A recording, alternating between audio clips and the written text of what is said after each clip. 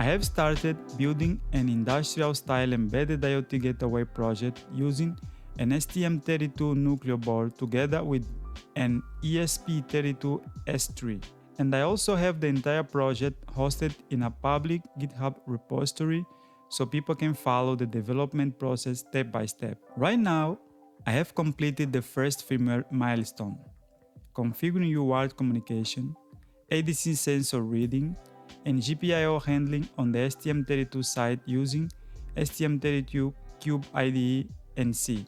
At the moment, I'm reading the ADC values using polling mode, which is simple and good for learning and initial testing. But later on, I plan to improve this by using DMA and a more efficient non-blocking approach, similar to what is commonly done in production embedded systems. The goal of this project is to simulate the type of architecture used in industrial and IoT devices, where one microcontroller handles low-level hardware while another manages connectivity and the web interface.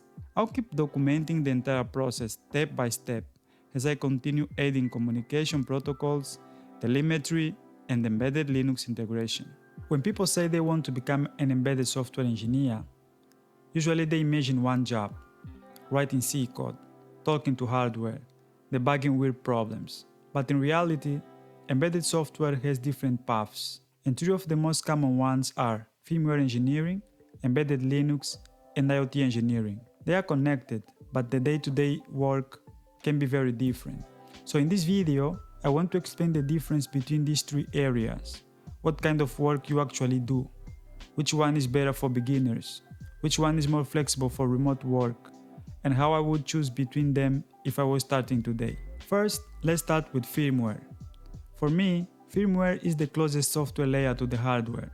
It is where you work with microcontrollers, hardware peripherals, registers, interrupts, timers, GPIOs, and communication protocols like UART, SPI, and I2C. These are the low-level details that make embedded system powerful, but also sometimes very painful to debug. A firmware engineer usually writes code that runs directly on the device, often without a full operating system. Sometimes you work bare metal, sometimes you use an RTOS, like FreeRTOS, or Zephyr, or something similar. The main language is still mostly C, and in some companies, C++.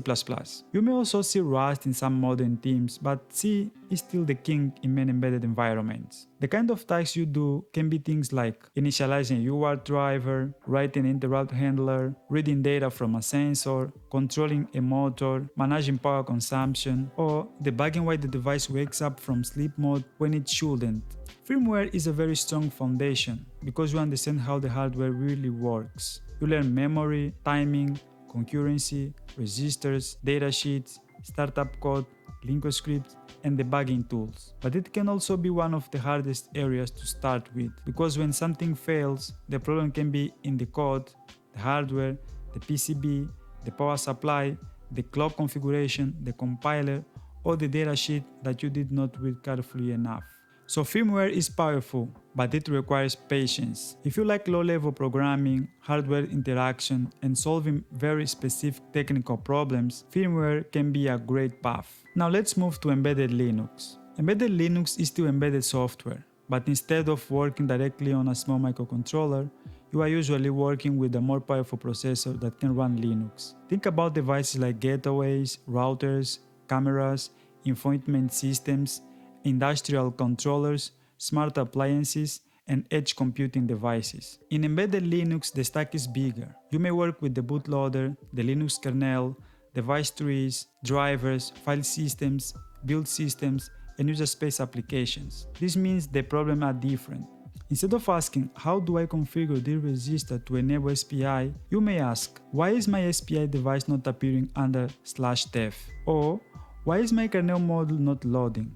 Or, why did Yocto build successfully yesterday and today everything is broken? Common tools in embedded Linux include U-boot, Linux kernel configuration, device tree, build root, Yocto project, kernel modules, systemd, shell scripting, and sometimes C or C++ applications running in user space. This path is very interesting because you are still close to hardware, but you also work with software architecture, operating systems, networking, security, updates, and system integration. For example, an embedded Linux engineer may bring up a new board. That means making sure the bootloader works, the kernel boots, the device tree describes the hardware correctly, the drivers are loaded, and the root file system contains everything needed. This area is very valuable in companies building complex embedded products, but it takes time to understand how all the pieces fit together. Linux itself is already a big topic.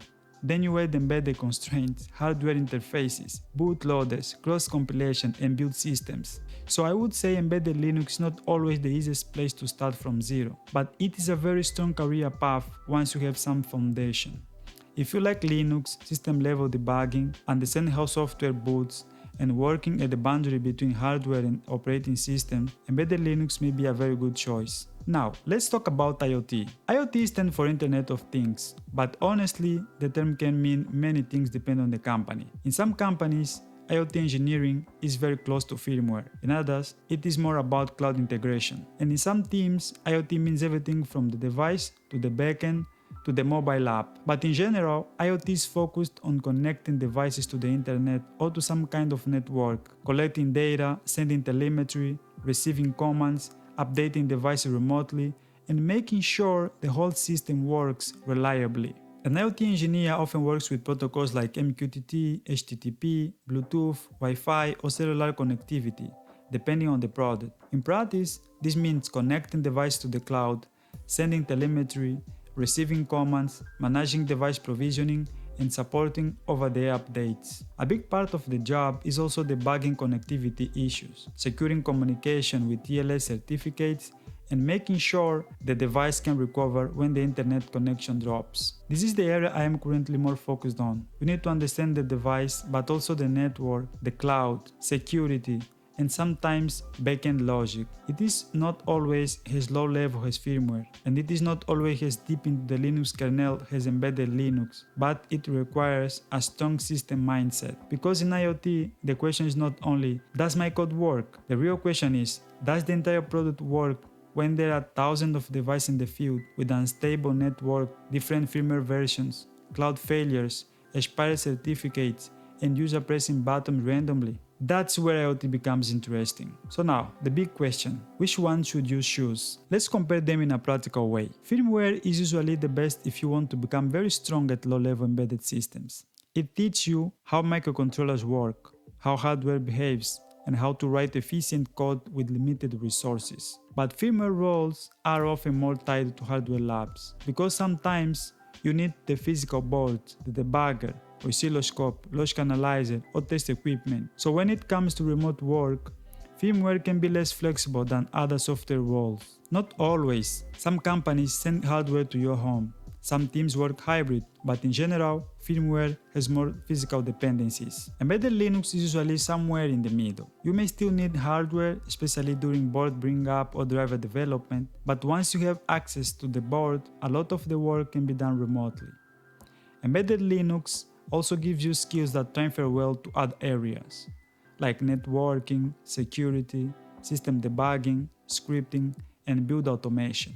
So from a flexibility point of view, embedded Linux can be better than pure firmware, depending on the company. IoT is often the most flexible of the three, especially if your role is more focused on cloud connectivity, device communication, telemetry, over-the-air update, or backend integration. Many IoT problems can be tested with simulators, logs, cloud dashboards, test devices, or remote environments. Of course, if you are working on the device firmware side of IoT, you may still need hardware, but generally, IoT roles can be more remote-friendly than pure firmware roles. In terms of job opportunities, I think all three can be good, but they attract different types of companies. Firmware is common in automotive, medical devices, industrial systems, aerospace, consumer electronics, robotics, and hardware startups. Embedded Linux is common in automotive, telecommunication, industrial gateways, networking devices, cameras, smart devices, and many more.